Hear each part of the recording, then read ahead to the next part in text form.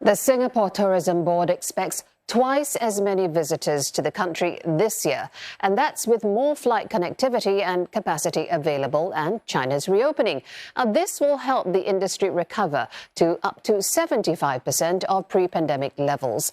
Now, that's as visitor numbers last year surpassed authorities' forecast. 6.3 million tourists arrived, or one-third of pre-pandemic figures. Now, the three largest markets were from Indonesia, India and Malaysia. Now, receipts are still being counted, but estimates total some $14 billion, around half of what was earned pre-pandemic. In April, Singapore lifted quarantines for fully vaccinated travellers. The average hotel occupancy rate then rose to 79%, though this falls shy of the 87% over the same period in 2019. Still, visitors were willing to spend more, with average room rates increasing 17% to $260. Notable international events returned, drawing record crowds. Visitors from 115 countries attended the Singapore FinTech Festival, while the Formula One Grand Prix drew its largest attendance of 302,000 spectators. Now, currently, tourism manpower is at 78% capacity, with 65,000 jobs filled. The industry is expecting to fill some 3,000 vacancies over the next 2 years.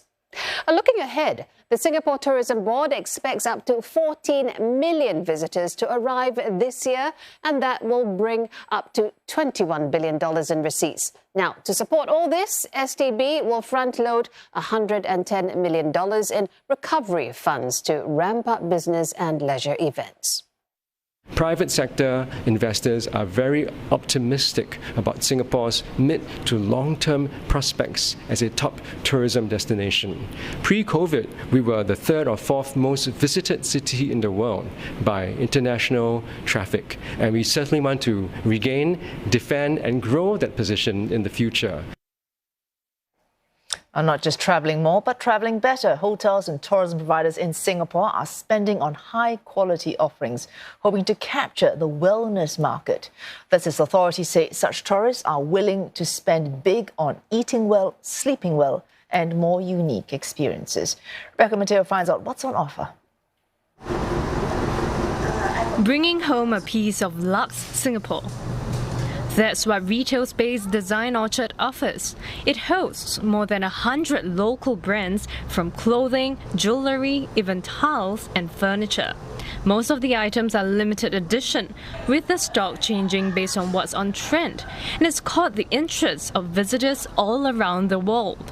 We have also been hearing an increased number of friends bringing their tourist friends, or even tourists bringing other tourist friends coming in and saying, oh, let's check out this store. Ms. Tay says half the customers are tourists, mainly from Indonesia, the United States, Australia and Japan. While business has nearly recovered to pre-pandemic levels, it's trying to draw more people in by partnering brands like Disney and Mandai Wildlife Group. The store has also recently been revamped to make the shopping experience more memorable. This is a VIP lounge with private fitting rooms to make shoppers feel extra special.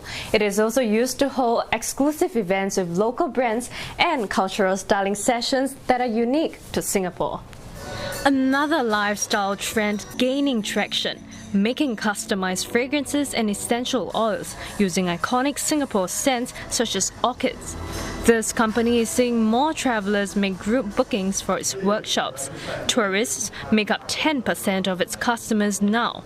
Something quite entertaining, should I say, as well, and immersive and social at the same time. And I think perhaps when you put all those little elements together, it just elevates it to something special. The business wants to do more to attract a wider demographic, such as organising children's workshops so families can enjoy the activity together. And for more, we're joined by Keith Tan, Chief Executive of the Singapore Tourism Board. Mr. Tan, I believe you're optimistic that we will see the tourism industry recover to full capacity by 2024, given that there are always unknowns, whether it's in COVID-19 or economic factors. How certain are you that this will happen by 2024?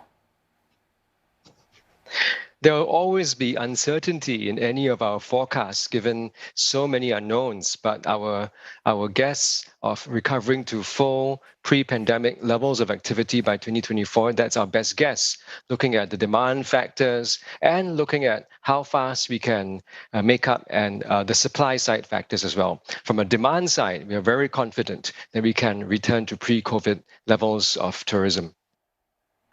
How then are we gearing up to bring in or woo all these tourists this year and next? And also, are the efforts that STB is taking spread out or focused especially on perhaps tourists from China, which was Singapore's top international visitor generating market? Yeah.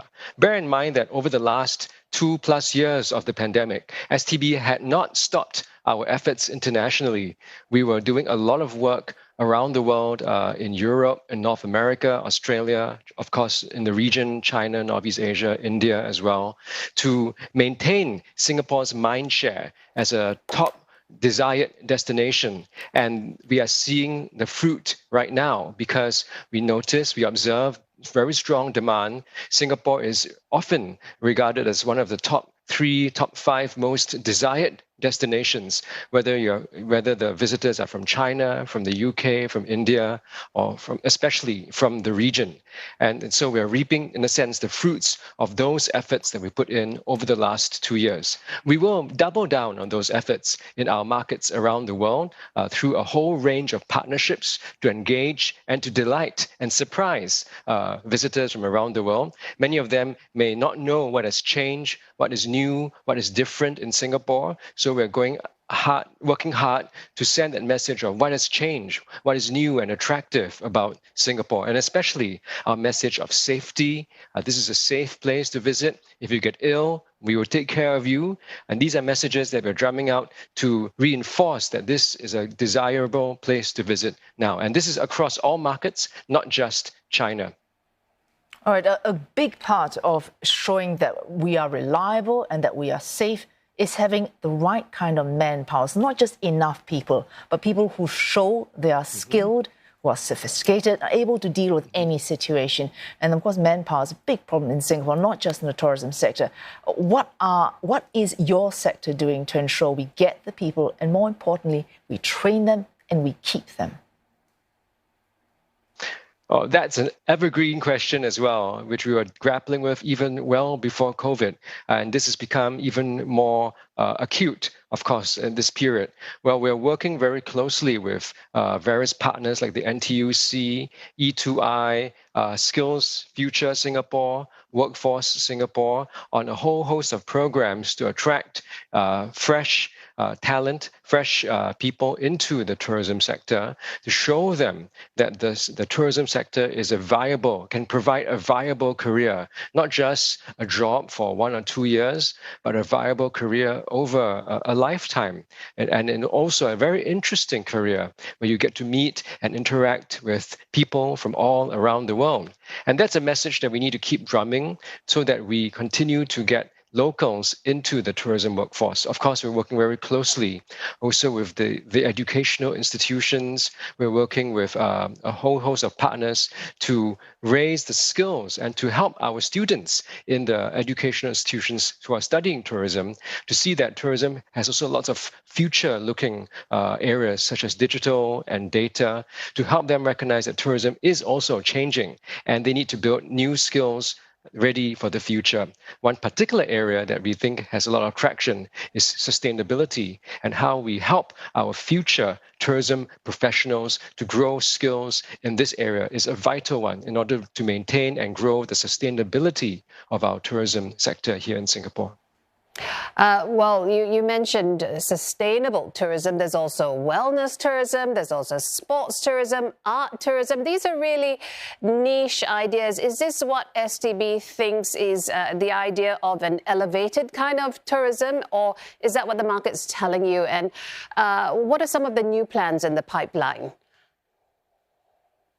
Well, all that you mentioned are very important strategies and pillars that drive visitors to visit different cities or countries. It's not just what we imagine, but it is what the market is telling us. It is what we observe from the behavior of tourists now, even especially now after COVID, where visitors want to be able to have authentic, more easy access to authentic localized experiences, high quality, often smaller scale experiences that give them a sense of exclusivity.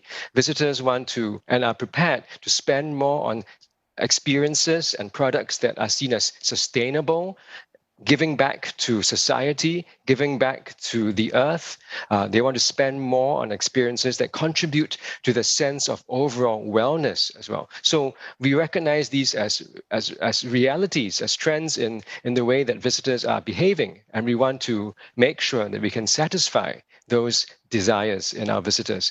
Already as it is, our tourism partners in Singapore are stepping up, offering a lot more products, whether they are for wellness, for access to green areas in Singapore. We have lots of very interesting tours to our very beautiful networks of parks all over Singapore. We have many more restaurants stepping up to offer wellness menus to cater to these desires as well. And I believe we have a right to win in these spaces. All right, we've been speaking with Keith Tan, Chief Executive of the Singapore Tourism Board, looking into the future of Singapore tourism. Thank you.